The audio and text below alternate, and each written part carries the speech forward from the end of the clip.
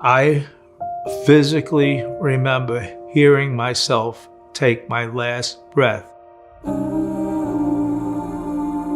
I left my body through this beautiful fluorescent glowing mist, hovering over my body, looking down upon myself. And when I recognized that body wasn't alive anymore, this beam came from behind me so bright, it lit up everything underneath me. And it drew me right into the gateway. This beautiful tunnel. The tunnel was made up of magnificent colors. And now I am starting to move. But I'm feeling this amazing feeling. I have a feeling like I never had before, a love. The love was so incredible that you actually become the love. Now you're in this light, you're part of this light, and I'm moving at what seems to me like the speed of light. No debris, nothing, just light, beautiful colors whizzing by me, going through me. And this love is growing stronger and stronger. By the time I get to my destination, I remember distinctively saying, I'm home. I'm finally home. I remember hearing a soft voice speak to me. And she says, yes, Bill, you're home in the light of God. And then she says, my name is Antonia. I am one of your guardians. And now I'm being greeted by spirits all around me, family, friends. And I remember mingling, talking, feeling love from everybody. I recognize them, they recognize me. Everything is done through telepathy. There's no mouths at this point. There's no bodies at this point. They're beams of light. I'm still a mist at this time. After it seemed like a few minutes have passed by and I hear this voice, hello, Billy. When I heard that voice, that was my brother's voice. And then Peter said to me, your third guardian is coming. And this man of great age, wisdom, when he approached me, I knew him my whole life. He was that voice that always spoke to me in my ear. He was the intuition that kept me out of trouble like a lot of my friends were getting in. I would always hear these things, it's not the right thing, You say that in your own mind, but that's your intuition. But he came to us, and we were standing there. And I remember Antonia there, and Antonia said, look at yourself, Bill. I remember looking down at myself, and I changed into this magnificent being. Now I was like the other spirits. I was this beautiful beam. Now we're back in spirit, so I'm just feeling that complete love again. In your spirit side, you're always in love, where you're connected to everyone around you. And they take me to a final level. All three of them take me to a final level, where I believe it's almost like a panel. They take me up in front of these magnificent, beautiful, beautiful angels all around. And I remember they explained to me that you were going to get wisdom and knowledge through these angels. I simply was immersed in this expansive, illuminated blackness.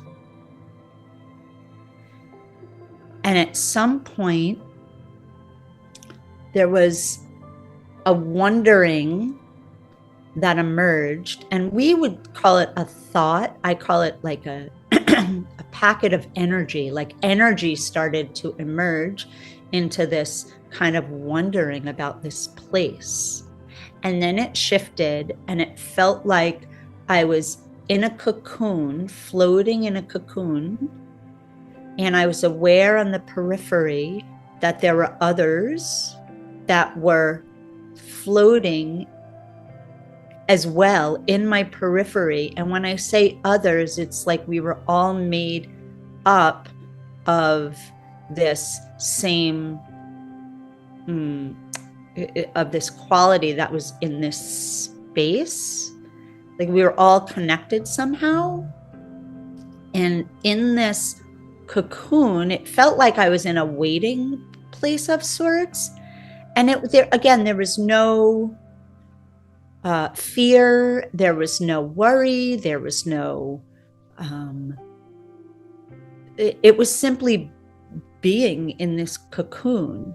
And then out of that place, a wondering, there was a sense of waiting, and a wondering occurred about, well, if this is a waiting place, what am I waiting for? But it wasn't, it was simply like it was simply a wondering. There wasn't anything attached to it. So as soon as that wondering built, like the energy built, I was in another place completely. And how I describe this is, it's like there's no density and there's no resistance that meets that curiosity or that wondering or that thought form. I'm saying thought form, but really it's energy. There's no resistance. So immediately you're in this other place. And I was in this, and I don't have a sense whether I traveled there or it emerged. It was this luminosity of this effulgence, this light, this brightness that kept growing and growing and growing. And within this light, there was a presence, and it didn't have necessarily form, yet it was clearly a presence that was of the light, that was in the light. And I knew that this presence was other than myself, yet there in communion with myself, for me, to help me, to answer questions, to show me, to guide me. And this presence, it was like if you put your forehead, and I've used this analogy, if you put your forehead to someone else's forehead and you instantly know everything about them, everything about their life, all the nuances, all of the whys and the hows and the whats, and how this was for their learning and their growth, and how they got to where they were going to be. I was able to see all that was going on in my life up until that point. I was able to know and see and understand it from a multi-sensory, multi-dimensional way. So it's kind of like being able to see all the different facets of something in quicker than a split second. It was like I was looking down. You know how we look up at night into the sky? Where there I was looking down into the sky. The floor was the universe. And I was perfectly still. And in front of me, where there should have been a floor, there was these square cut rocks side by side. They made a pathway. They were floating, and it made a perfect pathway to my left and to my right. So as I looked to my right, and the pathway went and it turned and disappeared. So when I would look to my left, the pathway, it went all the way to a door in the wall. There was a big door, and it was old style. It had the round top. And as I'm looking at the door, there was somebody in the doorway, and he was transparent. He, she. But I know I was looking, and it was a good distance away from me. So as I was looking at them, they was looking back at me. And I said to myself, I wonder what that is, and how can I see through it? And my next curiosity was, I want to go and see what that is. And as soon as I thought that, I was maybe 100 feet, a couple hundred feet from it. As soon as I said, I want to go and see what that is, as soon as "is" came out, my thought, I took off like a bullet. I was going so fast, and I could see the stuff passing as I was going. And I moved just like a bullet. It was so fast. And when I got to the wall, I'm sure you heard the stories, they don't let you see their faces a lot over there. So I didn't pop up right where he was. I popped up against the wall above the door.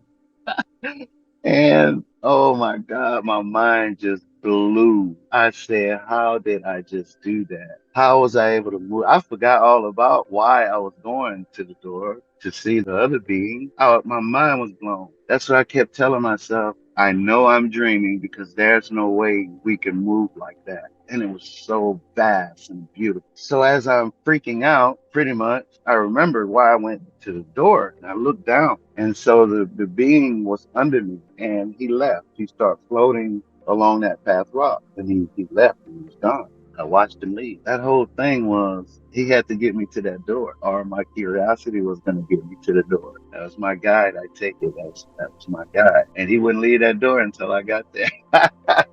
So now apparently I went in the door and it was jet black. It was really dark. And I was looking up. While I was looking up, I don't know. I guess my soul started to take over. But I was looking up. And all of that blackness I saw a light. It was like somebody had a flashlight. And man, when it turned on me, my first reaction, it was so bright that I threw my hands up. Or if I had hands, I don't know, but that's what I did because of the brightness of the light. And in an instant, it took me in. So as I'm sitting there watching these lights come closer, a whole lot of smaller lights start popping up around me. And it was like a disturbed bee nest. They were like bees. They were just swarming all around me. So I'm watching all of this. And then when I'm watching the bigger lights, and when the bigger lights got there, they got in front of me and they stopped. And all the little lights started leaving me and they was going to the bigger lights like little bullets, just taking off. And they were all started at the top light. And as I'm sitting there watching that, they were melting together. And then I'm starting to see a head. I see a head on out of this light. I see the neck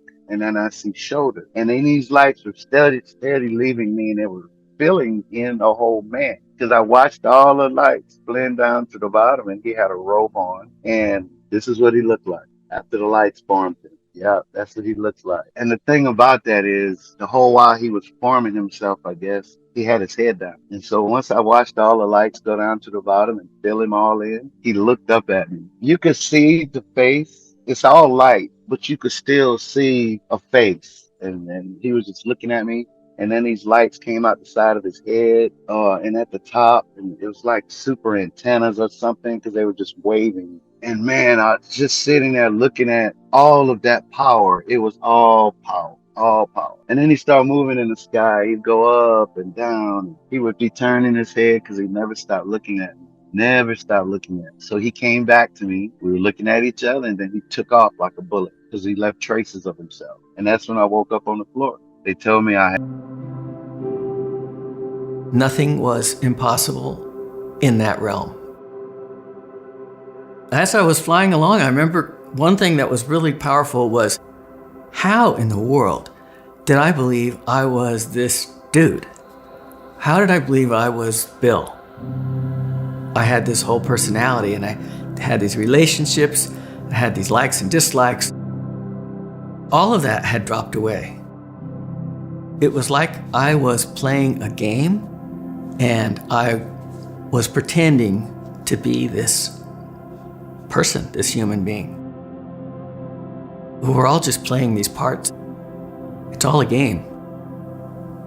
I think that the object of the game is, can we wake up in the game and realize who we are with joy and kindness and patience?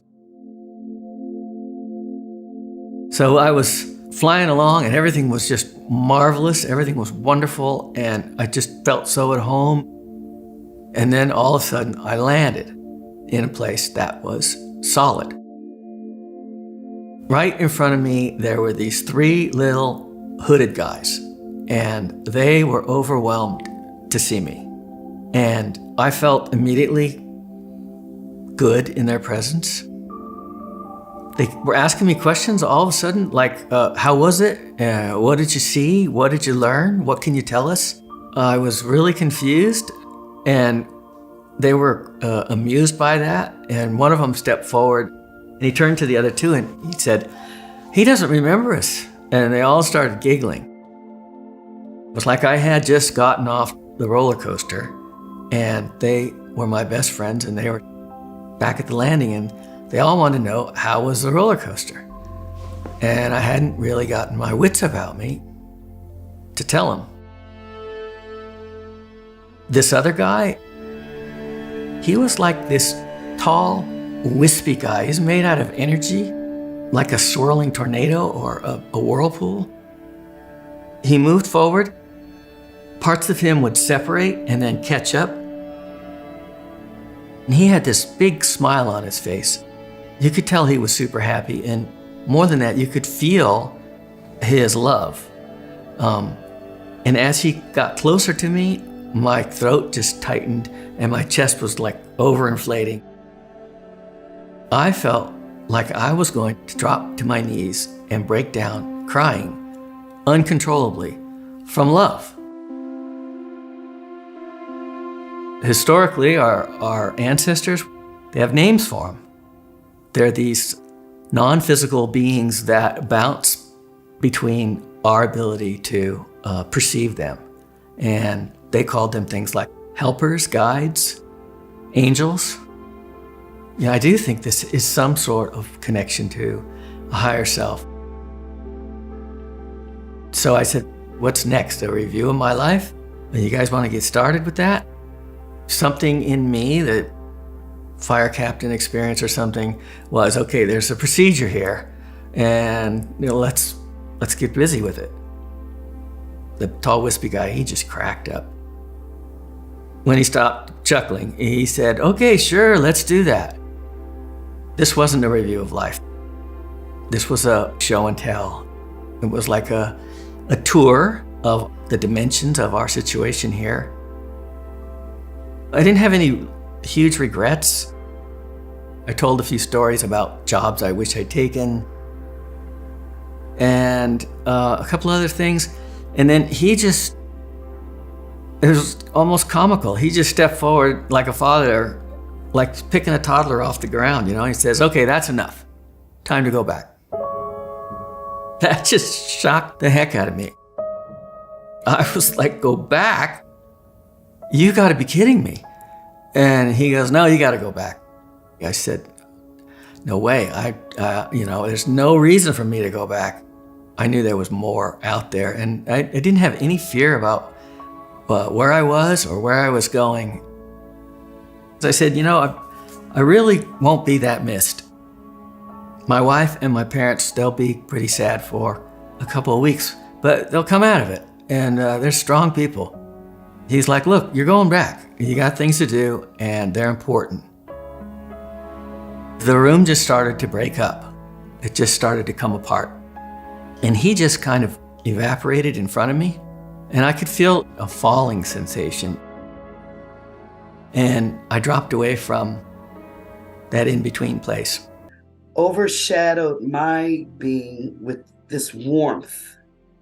It was like a warm feeling and a connection. And it just spirited me away. And when it did that, we went into this white realm. And the being didn't identify itself to me right at that particular moment, but this realm was just the most beautiful, white, pure love that you can just imagine.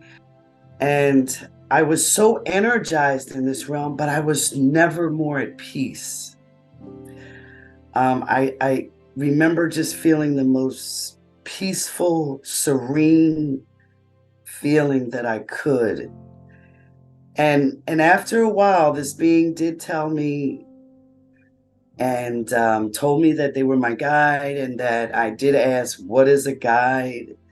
And they told me that, I would find out soon enough. And it wasn't like my guide wasn't a male, it wasn't a female. It was something more, a combination of that, but much more. And I felt like I knew this entity, but the knowledge of how I knew them was like hidden from me. It went a little back and forth. They told me that we were going to travel, and we went through this swirling energy, not a tunnel, but it was like a combination of dimensions and energy and a a mix of those dimensions, and we went through this, and we landed out in space, like space, here space.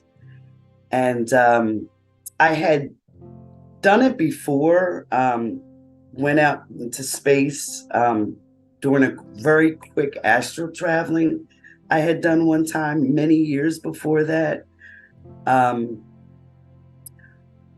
But what I saw then and what I saw with my guide was something totally different, because out in space with my guide, I was able to see different dimensions, different energy streams of energy. You're seeing like almost forever out there. I saw souls traveling in space. You could just see them as their orbs, just some of them were just gently going, and some of them were just zooming past and traveling really fast. My family stayed at the hospital, and they kind of camped out in the waiting room. You could only see me 3 times a day for 2 people for like, half an hour to an hour at a time. I was in ICU. They would camp out there, and just so that they could rotate in and who got to be with me and stay and hold vigil the whole time. That's what happened on this side. But what I remember is vastly different. The next memories I have is waking up in this really bright white room, and there's 6 people or beings standing, like 3 on each side, very tall, very bright light filled, like glowy. They were just kind of looking down on me, and they slid their hands under me and they helped me sit up. And I realized I was sitting up out of body. And I remember embracing them and hugging them and feeling like, wow, this is like real family. No judgments, everything was okay. Everything was fine. Just this real love. We've all been told that we're so limited and so little and so this or that, or not good enough or not whatever enough or not lovable enough or whatever. And it's such a lie. It's such a lie. When they show me things and they give that love to me and that, like, you're okay.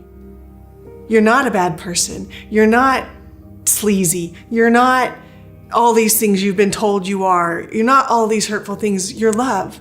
And they tell you that. And then when you receive it, it's like, whew, you're filled with it. But then that energy comes back and it fills them. And then it becomes reciprocal. And you just feel it. And it sort of fuels each other, right? That's what family really is. I remember looking at my body down from a corner of the hospital room. And I remember seeing my mom, and she was kind of holding my hand like this and kind of like, bowing down, sort of with her head down. And I remember thinking, just feeling how she felt. And it was like, wow, what did I do? It made me think that this whole thing that we call about Judgment Day is maybe not about being judged, but when you go and you realize the hurt that maybe you caused someone, not even knowingly, but then you feel that remorse yourself because you feel what it feels like. You leave a ripple in all the lives here. It's all connected. It's kind of like when you're in an airplane and you look out of the window at night and you see the city with all the lights. And like each of us is a light, and it's all connected, and like if one light goes out, it can create like this power surge that dims and can put out all the lights around it. And they were showing me that my light going out does that. And that's a big responsibility. The last thing I really remember is sitting in a circle of these beings, and there was like 12 of them, and they were all debating whether I should go or stay. And at that point, I didn't feel like I really had a say in it. that they were sort of like, okay, sort of weighing it back and forth. Do we send her back? Do we put someone else in? Do we just scrap the whole thing? What are we doing here? And then I remember waking up. There's just love that radiates from everything. And I wasn't alone either. My guides, who I had gotten to know very well since I accepted my gifts, were there. They were sitting on a bench that I kind of would sit with them for a bit and then get up and walk around. Very strangely, I guess, for some people, my husband was there and my kids were there. I didn't talk to them. But again, my belief, even before the stroke, was that our higher selves are always on the other side. They're always there, connected to us, but also connected to all the other lives we're living. I saw a couple of my animals that have passed, and actually I saw one that hadn't passed, but unbeknownst to me, she would pass before I got out of the hospital. She needed to be put down, I think a week after I had the stroke, because she was almost 18 years old. And yeah, it was the end of her life. And so she was there. A Chihuahua I used to have was there. My mother-in-law, who passed away in 2011. And then to the side, kind of, there was a huge group of people, dozens and dozens and dozens, maybe even hundreds. And I was like, well, that's weird. Like, I don't think I know them. But then I kind of looked and concentrated, and it was all of my other lives there to support me. Again, we're all kind of one. So we can look separate, but we're not actually separate. And so my guides were super helpful, and they said, I need to make a decision whether or not I want to go back to the physical world or stay on the other side. And I was very aware that this beautiful garden, although part of the other side, is kind of like an area where you can go when you're still human or attached to a human body. And I knew that if I died, I would go to a different place, but I wouldn't change the garden for anything. The other thing that's kind of interesting in a human way is I looked like the best version of me. I was 40 at the time, but I looked 25. I was wearing a beautiful white eyelet dress. I had no wrinkles, and I had no flaws, no weight, like heaviness to me. And I had no pain. Even though my physical body at this time was still in the helicopter, I was clinging to life. They were trying to keep me alive to get me to the next hospital to have brain surgery. And I journeyed down this tunnel of light, which is the classic image of near-death experiences, but it was there. And I remember traveling down this tunnel of light and popping out on the other side. As I arrived in what I call the other side, there was an environment in front of me where I had a small lake. There was access around the lake to the left-hand side. And on the opposite side of the lake was a gentleman sitting on a chair. It was the classic long white robes, long white beard, older person, but they didn't seem aged. The sense of old related to the knowledge and wisdom that this person had. I could feel a sense of deep insight with them. And as I interacted with that, I got drawn into that space of knowing, of connection. And we started having a conversation that wasn't in words, but it was in blocks of information. Like whole concepts got transferred back and forward.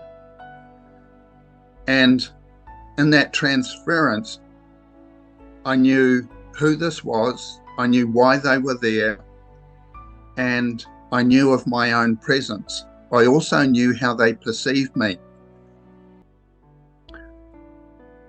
The big thing that struck me is the knowledge that I was feeling in this place, this other side, felt available to me. I wasn't separate from it. And the gentleman where he was sitting, I was aware of what felt like a wall behind him.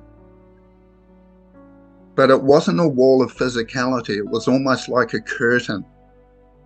But it was more an energy curtain. I knew there was stuff beyond the curtain, but I wasn't accessing it in the near-death experience. I was just aware of something beyond it. Later on in life, when I started to revisit that, the curtain was away, and all that knowledge and wisdom and information that was available there became available to me. But during the near-death experience, because it was such a change from the physical realm to where I was, that knowledge was kept separate at the moment, because this reception area was just that. It was a reception area. So we could get used to being on the other side before we were introduced any further. Through the conversation I was having with them, I had a sense of presence of myself in the space, and it felt more me than it does being in the physical form.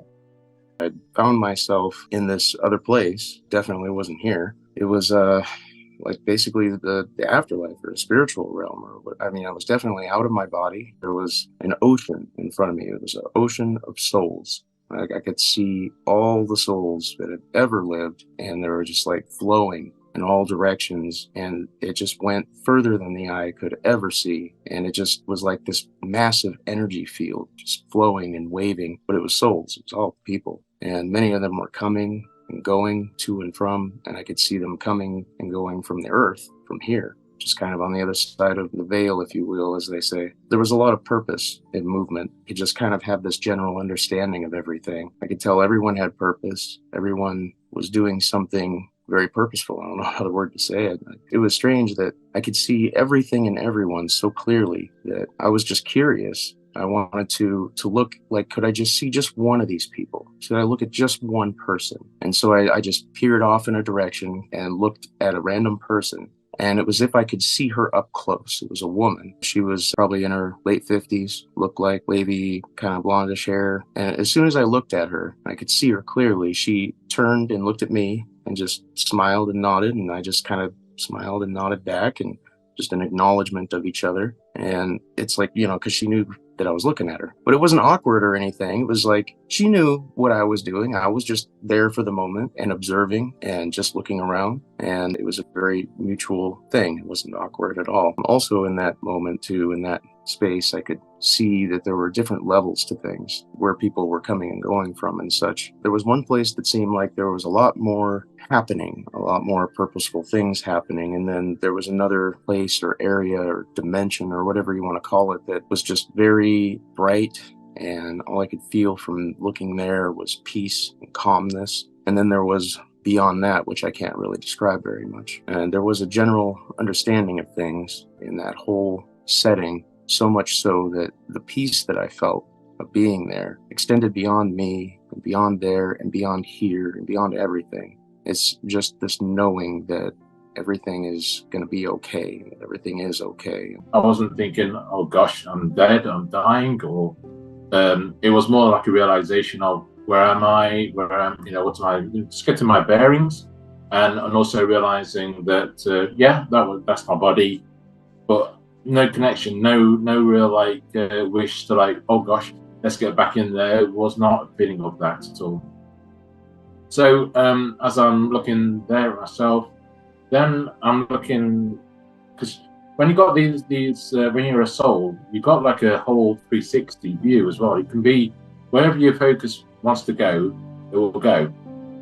So as I'm looking there at myself, and then I'm getting feelings of oh, there's something else happening over here. So I'm going, okay, so let's more concentrate now on this bit.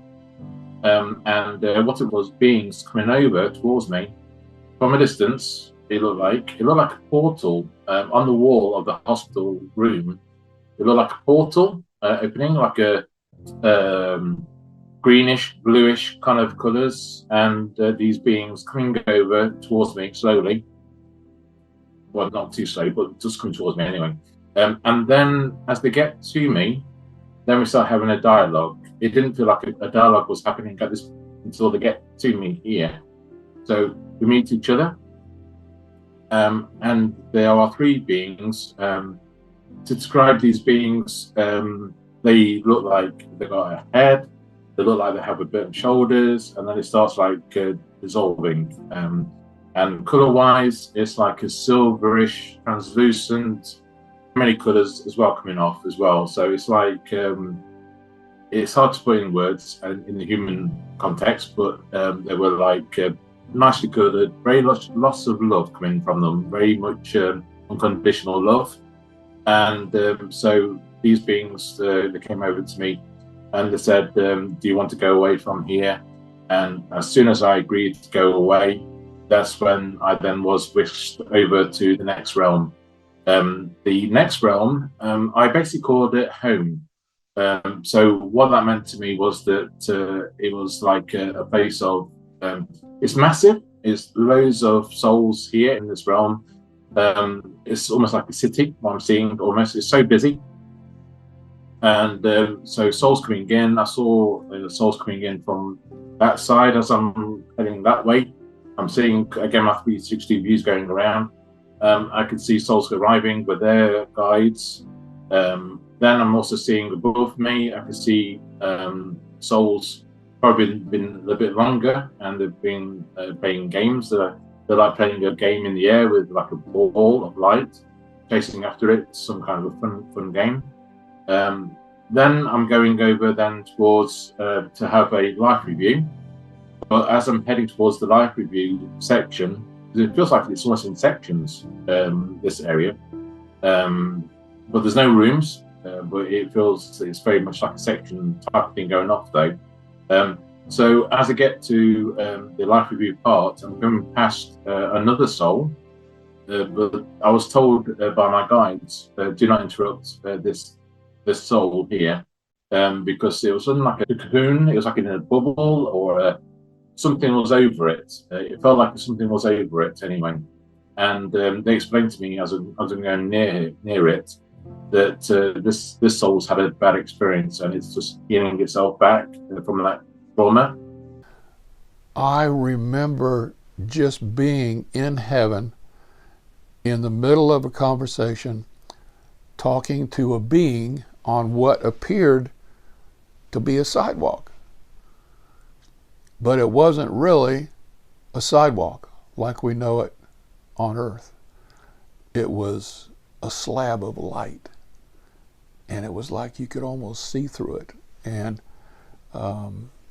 everything up there was made of light, everything. And I seemed to have a guide or a host who was with me, and we were communicating, but we weren't speaking like I'm speaking now, like we normally communicate here on Earth. We were communicating telepathically. I couldn't see a face. I couldn't see a figure of a body outline. There was a white fabric drape, seemingly, over this being, this individual. But it wasn't really fabric as we know it on the Earth. It was light. I mean, this person was light and very bright, very crisp, and very clean, and just very sacred and holy and loving. And I could tell that I had come from a certain direction because we were walking in the other direction, not really walking. We were kind of floating. I didn't see any legs, I didn't see any feet. It was just moving with no effort, no activity, as if we were just hovering over light. And back from where we came, I could see this massive source of light off in the distance. I continued on with my guide, and we were talking telepathically, and my guide was pointing out things, and and educating me on what I was seeing and what I was experiencing.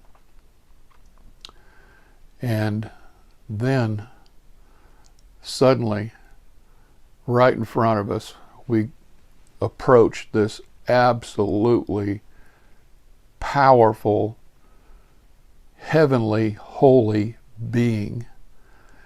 And I don't even know how to describe this being. This being was huge. This being was tall. This being was a warrior, a heavenly equivalent of a warrior. Not like a warrior we know of here on the earth. This was a holy being. It was dressed in the heavenly equivalent of a warrior, and I can't even describe it. But the love that I felt up there in heaven was amazing. The love coming off of this massive being was just overwhelming. And the love that I felt coming from that light off in the distance was just overwhelming. Love, caring, well-being. I felt warm, I felt secure, I felt confident. Every good word that I can think of is the way I felt.